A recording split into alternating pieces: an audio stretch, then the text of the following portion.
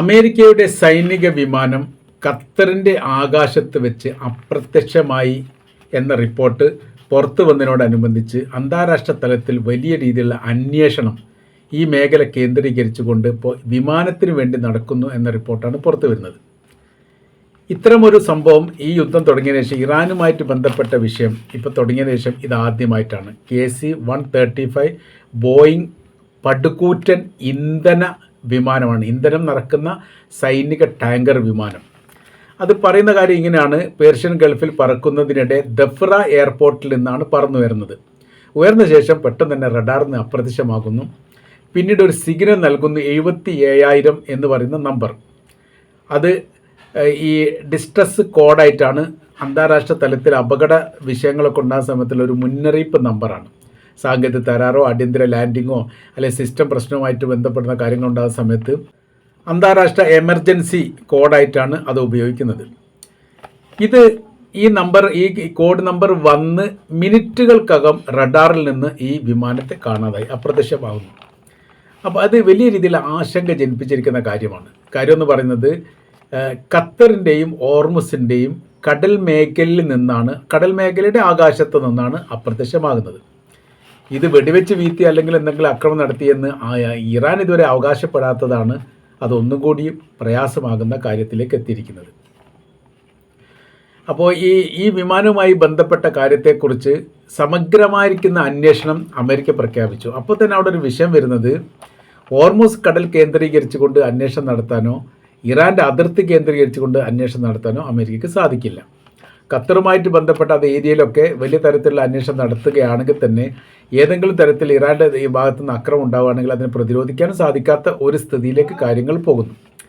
സമാനമായിരിക്കുന്ന ഒരു വിമാനം മാർച്ച് മാസം 12-ാം തീയതി ഇറാഖിൽ വെച്ച് അപ്രത്യക്ഷമായിരുന്നു. പിന്നീട് അത് തകർന്ന് വീണ് അതിൽ നിന്ന് 6 പേർ കൊല്ലപ്പെട്ട പേരാണ് പുറത്തു വന്നത്. KC-135 എന്ന് പറയുന്ന ഈ ഇന്ധനം നിറക്കുന്ന ഫൈറ്റർ ജെറ്റ് യുദ്ധവിമാനം ഈ മേഖല കേന്ദ്രീകരിച്ചുകൊണ്ട് അപ്രത്യക്ഷമാകുകയും പിന്നീട് തകർന്നു വീഴുകയും അതിലുണ്ടായിരുന്ന 6 പേർ കൊല്ലപ്പെടുകയും ചെയ്തു എന്നുള്ളതായിരുന്നു അതിൻ്റെ റിപ്പോർട്ട്.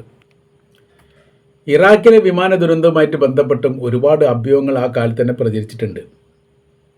ഇറാൻ്റെ പ്രോക്സി വിഭാഗമാണ് ഈ വെടിവെച്ച് താഴ്ത്തിയത് അല്ലെങ്കിൽ വെടിവെച്ച് തകർത്തത് എന്നൊക്കെ പറയപ്പെട്ടിട്ടുണ്ട്. പക്ഷെ അതിൻ്റെ യഥാർത്ഥ വിവരം ഇപ്പോഴും അമേരിക്ക പുറത്തു വിട്ടിട്ടില്ല. അവർക്ക് നാണക്കേടോ പ്രയാസം ഉണ്ടാകുന്ന വിവരങ്ങളൊന്നും സാധാരണ ഇതിൽ പുറത്ത് വിടാറില്ല എന്നുള്ള കാര്യം ഒരു സത്യമാണ്. ഇപ്പോഴത്തെ നിലവിലെ വിഷയം എന്ന് പറഞ്ഞാൽ 3 മേഖലയിലും, കടലിലും കരയിലും ആകാശത്തും നിങ്ങൾക്ക് സമാധാനമുണ്ടാക്കാത്ത വിധം ഞങ്ങൾ ഇടപെടുക തന്നെ ചെയ്യുമെന്ന് IRGCയുടെ കമാൻഡർ ഇതിൻ്റെ അടുത്ത് തന്നെ പറഞ്ഞതാണ്. ഇവരൊക്കെ പറയുന്നത് ഒരേ ഭാഷയിലാണ്, ഒരേ രീതിയിലാണ്. മുജ്തബ അലി ഖംനായി പറയുന്നതും അങ്ങനെ തന്നെയാണ്. അമേരിക്കയെ ഈ മേഖലയിലേക്ക് ഈ കാല് കുത്താൻ പോലും പറ്റാത്ത വിധം തങ്ങൾ അടിച്ചൊതുക്കും എന്ന് തന്നെയാണ് പറഞ്ഞത്. അതായത് ആയത്തുള്ള അലി ഖംനായി പറഞ്ഞതിനേക്കാൾ ഗൗരവമുള്ള ഭാഷയിലും ഇടപെടലൊക്കെ വലിയ രീതിയിലുള്ള ഒരു ധൈര്യത്തോടു കൂടിയുമാണ് മുജ്തബ ഖംനായിയുടെ ഇടപെടലുണ്ടാകുന്നത്. ഇറാൻ്റെ പ്രസിഡന്റ് മസൂദ് പെഷെഷ്കിയാൻ പറഞ്ഞത് അതിൻ്റെ നേരെ ഫോട്ടോസ്റ്റാറ്റാണ്.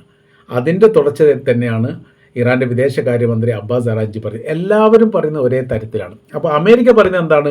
അവിടെ സൈനികർ വേറെയാണ്, സർക്കാർ വേറെയാണ്, സമീപനം വേറെയാണ്, ഗവൺമെൻറ് അവിടെ ഉണ്ടോ എന്ന് ഞങ്ങൾക്കറിയില്ല, ഞങ്ങൾ ആരോടാണ് സംസാരിക്കേണ്ടത് അറിയില്ല. ഇതൊക്കെ വെറുതെ. അമേരിക്കയുടെ പ്രസിഡന്റ് ഡൊണാൾഡ് ട്രംപ് എന്തെങ്കിലും ഒരു കാര്യം സോഷ്യൽ ട്രൂത്തിൽ പറഞ്ഞാൽ ആദ്യം മനസ്സിലാക്കേണ്ടത് അത് കളവായിരിക്കും എന്നുള്ളത്. കള്ളത്തരമല്ലാതെ മറ്റൊന്നും അയാൾ പറയാറേ ഇല്ല. അപൂർവമായിട്ടാണ് സത്യം പറയുക എന്നുള്ളത് അയാൾക്ക് ഇഷ്ടമില്ലാത്തൊരു കാര്യമാണ്. ഇപ്പോൾ ഈ വിമാനം കാണാതായതുമായിട്ട് ബന്ധപ്പെട്ട് അത് സിമ്പിളായ രീതിയിലൊക്കെയാണ് പറഞ്ഞിരുന്നത്. ഒരു പരാമർശം മാത്രമേ നടത്തിയിട്ടുള്ളൂ. ഇപ്പോൾ അതിനെപ്പറ്റി ഒന്നും മിണ്ടുന്നതിന് മൗനം പാലിക്കുന്നു.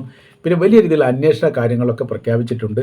അത് തകർത്തതാണോ, അതിൻ്റെ കഷ്ണങ്ങളുണ്ടോ, ചെതറപ്പെട്ടു പോയിട്ടുണ്ടോ, അതിലുള്ള ഈ പറയപ്പെട്ട ആളുകളൊക്കെ എവിടെയാണ്, അതിലുള്ള പറയുന്നത് ഇങ്ങനെയാണ്. ശരിയാണെങ്കിൽ പൈലറ്റ്, കോ പൈലറ്റ്, പിന്നീട് ബൂം ഓപ്പറേറ്റർ, അങ്ങനെ 3 പേരും ഇവർക്ക് സഹായം നൽകാനുള്ള 3 പേര്. 6 പേരാണ് സാധാരണഗതിയിൽ ഫൈറ്റർ ജെറ്റ് ഇത്തരം വിമാനത്തിൽ ഉണ്ടാവാറുള്ളത്.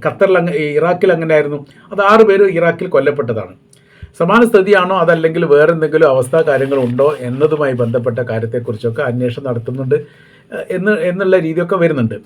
ഇപ്പോൾ അതോടനുബന്ധിച്ച് തന്നെ ഇപ്പോൾ UAE ആയിട്ട് ബന്ധപ്പെട്ട് മറ്റൊരു റിപ്പോർട്ട്, അതൊരു വിവാദമായ റിപ്പോർട്ടാണ് ഇപ്പോൾ പുറത്തു വരുന്നത്. അയൺ ഡോം, അയൺ ബീമൊക്കെ ഇറാൻ്റെ ആക്രമണവുമായിട്ട് ബന്ധപ്പെട്ട് പ്രതിരോധിക്കാൻ വേണ്ടിയിട്ട് UAEയുടെ അകത്ത് ഇസ്രായേൽ സ്ഥാപിക്കുകയും അതുമായിട്ട് ബന്ധപ്പെട്ട നിരീക്ഷണ കാര്യങ്ങളൊക്കെ നടത്തുന്നുണ്ട് എന്നാണ് പറയുന്നത്.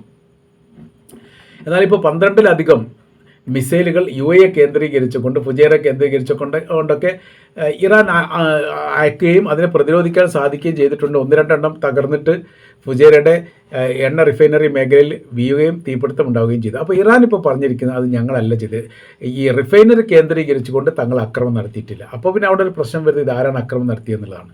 അതേക്കുറിച്ച് സമഗ്രമായ അന്വേഷണം നടക്കുന്നുണ്ട് എന്നും പറയുന്നു. അപ്പോൾ ഈ പരീക്ഷണത്തിന് വേണ്ടിയിട്ട്, അതായത് ഇസ്രായേൽ സ്ഥാപിക്കപ്പെട്ട അയൺ ഡോം എന്ന് പറയുന്ന സംവിധാനത്തിൻ്റെ ശക്തി എത്രത്തോളം ഉണ്ട് എന്നറിയാൻ വേണ്ടി അവർ തന്നെയാണോ അല്ലെങ്കിൽ അതിന് അനുഭാവമുള്ള മറ്റാരോ ആണോ ഈ പരീക്ഷണം നടത്തിയത്, ഈ ആക്രമണം നടത്തിയത് എന്ന സംശയം ബലപ്പെടുന്നു.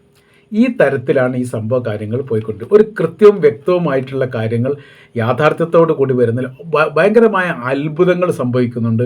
ഇറാൻ്റെ പിന്നിൽ എന്തൊക്കെയോ ശക്തികളും എന്തൊക്കെയോ സംവിധാനങ്ങളും പ്രവർത്തിക്കുന്നുണ്ട്. ആരാണെന്നും ഏതാണെന്നും എങ്ങനെയാണെന്നും ആർക്കും മനസ്സിലാകാത്ത രീതിയിലാണ് ഇപ്പോഴത്തെ ഈ മേഖല കേന്ദ്രീകരിച്ചുകൊണ്ടുള്ള യുദ്ധവുമായി ബന്ധപ്പെട്ട കാര്യങ്ങൾ എന്ന് നമുക്ക് കൃത്യമായിട്ട് പറയാൻ വേണ്ടി പറ്റും. അതിൻ്റെ കാര്യം എന്ന് പറഞ്ഞാൽ വളരെ പെട്ടെന്ന് തന്നെ ഈ മേഖല കേന്ദ്രീകരിച്ചുകൊണ്ട് യുദ്ധം അവസാനിപ്പിച്ചിട്ടുണ്ട് എന്ന് അമേരിക്ക പറയണമെങ്കിൽ അവർക്ക് അത്രത്തോളം പ്രഹരമേറ്റിട്ടുണ്ട് എന്നുള്ള ഉറപ്പാണ്. പ്രഹരേൽക്ക് മാത്രമല്ല, തിരിച്ചടിക്കാൻ പറ്റാത്ത വിധം മുറിപ്പാടുണ്ടാക്കിയെങ്കിൽ മാത്രമേ ഇത്രയ്ക്ക് വൈകാരികപരമായിരിക്കും നിലപാട് വളരെ പൊടുന്നനെ പെട്ടെന്ന് അവരെടുക്കുകയുള്ളൂ. അതിൻ്റെ അർത്ഥം അവരെ സംബന്ധിച്ചിടത്തോളം അവർക്ക് വല്ലാത്ത രീതിയിൽ പ്രയാസം ഈ വിഷയമായിട്ട് ബന്ധപ്പെട്ട് ഉണ്ടായിട്ടുണ്ട് എന്നുള്ളത് ഒരു യാഥാർത്ഥ്യമാണ്.